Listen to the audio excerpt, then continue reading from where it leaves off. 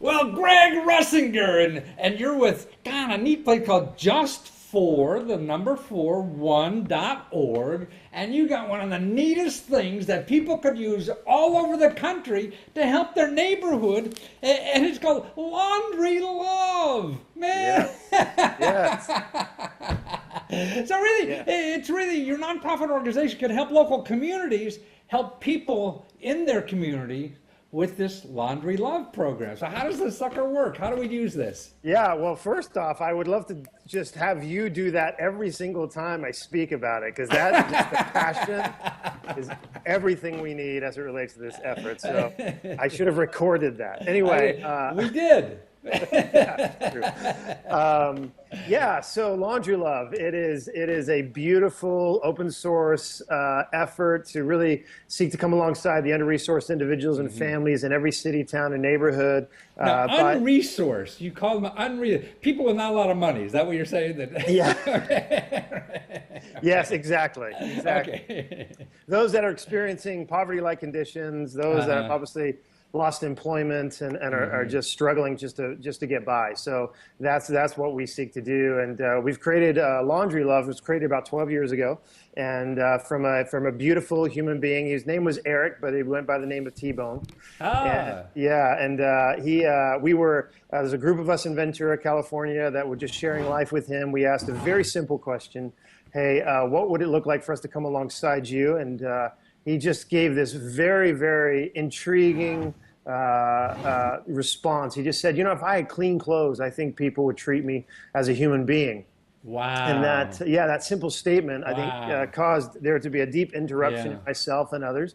And so what it is that we literally work and partner with local laundromats around the U.S. Wow. And groups of people go in and they begin to create opportunity for those that are struggling, those that are experiencing poverty-like situations, and they help wash their bed, their clothing, and so they don't have to feel the fiscal weight of that, and they can just use that money that they save there towards other things like food or school and education for children or medical situations, whatever it might be. So, but you've been doing, I mean, you have like 20, 30 places all around the country on your website, on justfor1.com. You have a little map, you could find out where they are locally. But more importantly, it seems like this is a wonderful thing to get to know each other in a community more than just doing something, a donation kind of thing. Man, you're really helping people one-on-one. I mean, they have a place to go, a place to meet. You can meet them. And it must be great for the laundromat, too. Yeah, I mean, yeah. They get more publicity than they'll ever get in the rest of their life. Yeah, literally, it is. You're right, Matthew. It's a win-win. I mean, you think about it. There's the laundromat owner gets to be known as, I'm actually a socially conscious business locally. I receive obviously all of the fiscal benefits as a laundromat owner. And then also, we've had laundromat owners that are actually contacting us because they hear about the story and go, hey, we have.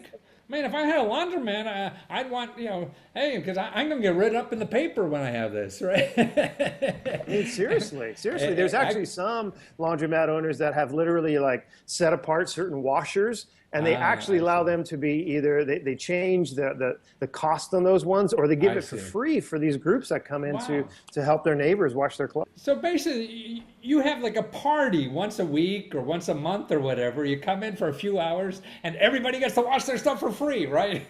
Yeah, I mean, it feels the environments. I mean, think about it. It's a neutral space. There's a laundromat in every environment. It's what people call third spaces, right? Third places, and I think it's a safe place. And literally, what else can you do but hang out with each other? You got 2 hours. Right, 2 hours, and you start talking. And so let's recreate the whole space to be this lively, neighborly type of experience where there's this sharing that takes place. Right. So instead of gathering cans of beans for the local shelter or something, man, this is real stuff that people really need that no one else is providing. And it's cool. I mean, Laundry Love, what can be cooler than that? Yeah, I mean, you're right. I think the beautiful thing is it's this human exchange, right? Yeah.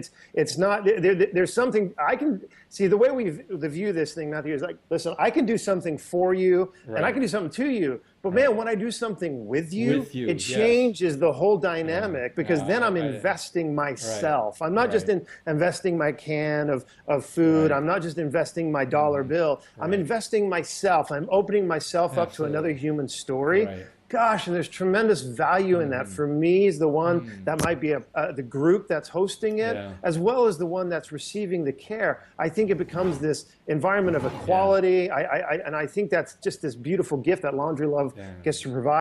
Well, I mean, what I see too, I mean, where we live in Maryland, everyone has to do public service, So, I mean, this is a great thing for a bunch of high school kids, to go to the local laundry. They're going to do it. And then they get to hang out with these people, for a couple hours a week or month or whatever it is, to really learn about that experience. And then they got something to do their college essay about. No, seriously. I mean, but you're right. And the beautiful thing is, like, groups around the U.S., right? I mean, there are kids that serve, there are young people that participate, and even inside, literally, we get the opportunity of educating children inside the laundromat, because we tutor families with children. And so it's just one of those things that. It just becomes this, when you get inside the human story and you learn about the other, what comes out of that is that laundry is just the beginning. But then it becomes, well, let's see if we can help you with this, or we find the assets of the individual and find the gifts that they bring to the table, and then we work to figure out, could there be job placement or housing opportunities or whatever it might be. It becomes this hub of relief, and it's this beautiful space. But I think besides that, it's from their side, as T-Bone said, your fellow that started this with you, he said how people accept him if he had his clean clothes. But I mean, from somebody who lives normally like me, I mean, I can't even conceive of that phrase, And so to be with somebody in the laundromat for a couple hours, that you would start to understand what that really means, in no other way. I agree. And you think about it, I mean, we all go to box stores or just local grocery stores, and we have an aisle full of everything that makes us smell clean, right? So we don't, in the West, we don't even consider that being an issue. But when we've partnered with like United Way and other entities, they would tell us, even social workers, they would say to us, listen, this is such an important initiative. And the reason is because when children don't have the opportunity of cleaning their clothes, especially those elementary, junior high, they get teased, they get bullied, and they would rather not participate in school because of the teasing and bullying, because they're wearing the same clothes that have been unwashed. So this actually relieves emotional weight for children, which I think is, we all agree that kids need their education. And so if this helps alleviate the opportunity for them to participate in their educational system, then man, so be it. Right. And also, I mean, we have free lunch for kids because we know kids can't study without eating. Right? Yes, exactly. So if they're afraid to come to school because their clothes smell, I mean, that's just as a problem as no food. Yeah, and so you're solving that problem. Yes, well, that is the reality of it. So really, anybody can go to your website, and you got a little packet that you get the flyers, you get the everything to have somebody want to do in their neighborhood, get the Girl Scouts involved, get your teen club, get your bowling league, your golf buddies, or whatever the hell it is.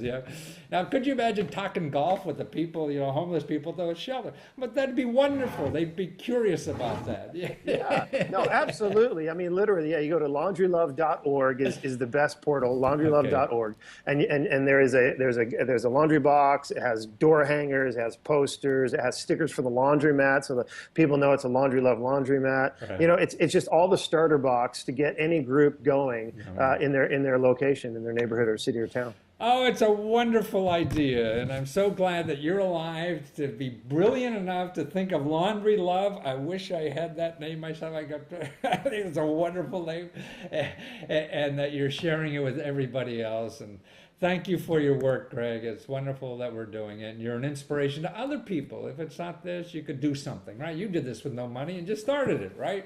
That's it. Yeah. That's it. And I'll just say this. There's this motto that I live by.